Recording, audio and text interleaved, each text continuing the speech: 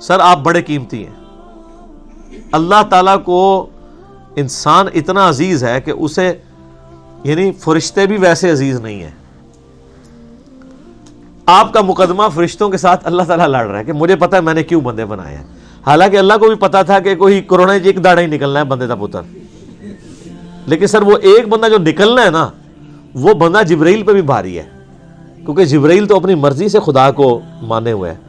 اسی لیے میں کہتا ہوں کہ حضرت جبرائیل علیہ السلام اگر مجھے کہنا کہ میرے ساتھ ایمان ایکسچینج کر لو تو میں کبھی بھی نہ کروں. یہ جو انسان کو اللہ نے خوبی دی ہے نا کہ انسان اپنی مرضی سے اپنے رب کو چوائس کرتا ہے, سر یہ حسرت تو جبرائیل کے دل میں ہمیشہ ہی رہے گی کہ میں نے رب کو اپنی مرضی سے نہیں چنا بلکہ رب نے مجھے چنا ہوا ہے. انسان کسی کے لیے کمٹمنٹ شو کرے اپنی مرضی سے, جو اس کا مزہ ہے وہ کسی اور چیز کا مزہ ہو سکتا ہے. وَعَلَّمَ آدَمَ الْأَسْمَاءَ كُلَّهَا, تو اللہ تعالیٰ نے آدم علیہ السلام کو ہر چیز کے نام سکھا دیے. پوٹینشلی ہر چیز کا نام اللہ تعالیٰ نے حضرت آدم علیہ السلام کو سکھا دیا. یہی وہ ایکوائرڈ نالج ہے, فزیکل فینامنا آف نیچر کا علم. شروع میں آپ کوئی بھی چیز ڈسکور کرتے ہیں تو اس کا نام ہی رکھتے ہیں نا. جب بھی کوئی چیز ڈسکور ہوتی ہے تو اس کا نام رکھا جاتا ہے. لوہا دریافت ہوا تو اس کو انسانیت نے نام دیا. کوئی جانور دریافت ہوتا ہے جو پہلے علم میں نہیں, اس کو نام دیا جاتا ہے.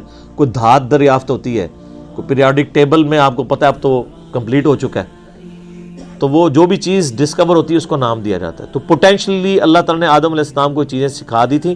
ثم عرضهم علی الملائکہ, پھر اللہ تعالیٰ نے فرشتوں پہ اس کو پیش کیا. فقال انبئونی باسماء هؤلاء ان کنتم صادقین, تو اللہ نے فرمایا اگر تم سچے ہو نا تو مجھے ان چیزوں کے نام بتا دو.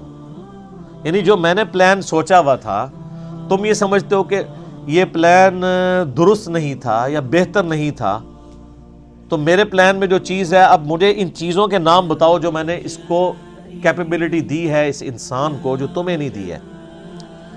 تو انہوں نے سیدھی سیدھی بات کر دی. قالوا سبحانک لا علم لنا الا ما علمتنا, انہوں نے کہا اے اللہ تو ہر عیب سے پاک ہے, ہمیں تو علم نہیں ہے مگر وہی جو تو نے ہمیں سکھایا. اب میرا معصومانہ سوال ہے کہ حضرت جبرائیل کو چیزوں کے نام نہیں آتے تو اولیاء اللہ جو آپ نے بنائے ہوئے ہیں وہ کہتے ہیں دل کے حال جانتے ہیں, ان کی کیا اوقات ہے؟ حضرت جبرائیل تو صرف فرشتے نہیں ہیں, فرشتوں کے پیغمبر ہیں, عام انسانوں سے تو افضل ہیں. تو وہ حضرت آدم کے دل کا حال جان لیتے نا, آدم کو تو سکھا دیے تھے نا. آدم کے تو دل میں وہ نام آ گئے تھے نا, تو جو دل کا حال پڑھ لیتے ہیں تو وہ کہتے یا اللہ ابھی پڑھ کے بتا دیتے. جب شیخ عبد القادر جنانی دل کا حال پڑھ لیتے ہیں تو ہم تو فرشتے ہم نہیں پڑھ سکتے, ابھی آدم کا دل پڑھ کے آپ کو بتاتے کہ آپ نے کیا کچھ سکھایا ان کو. سب کچھ کہانی ہے. قرآن کے ہر صفحے پہ اتنی بڑی بڑی چپیڑیں ہیں سب کانٹیننٹ انڈیا, پاکستان اور بنگلہ دیش کی فرسودہ نظریات کے اوپر. اس لیے انہوں نے ایسے بالکل صحیح ٹوٹکا آپ کو بتایا کہ قرآن پڑھنا نہیں ہے, اس کے سوا چارہ ہی کوئی نہیں ان کے پاس, یہ رسک لے بھی نہیں سکتے. ترجمے بھی صرف برکت کے لیے کیے ہیں. میں آپ کو صحیح بتا رہا ہوں, آپ بہار شریعت کھول کے دیکھیں, فقہ حنفی کا انسائکلوپیڈیا ہے نا اردو زبان کے اندر, مفتی امجد علی صاحب نے لکھا ہے, اعلیٰ حضرت احمد صاحب بریلوی صاحب کے خلیفہ ہیں. تو جب نماز کا چیپٹر شروع ہے نا, وہ ہر چیپٹر سے پہلے نا جو ٹاپک ڈسکس کرتے ہیں نا اس پہ احادیث لے کے آتے ہیں. طہارت کا چیپٹر ہوگا تو بخاری مسلم سے احادیث لے کے آئیں گے, وضو کے اوپر, غسل کے اوپر, ان ساری چیزوں کے اوپر.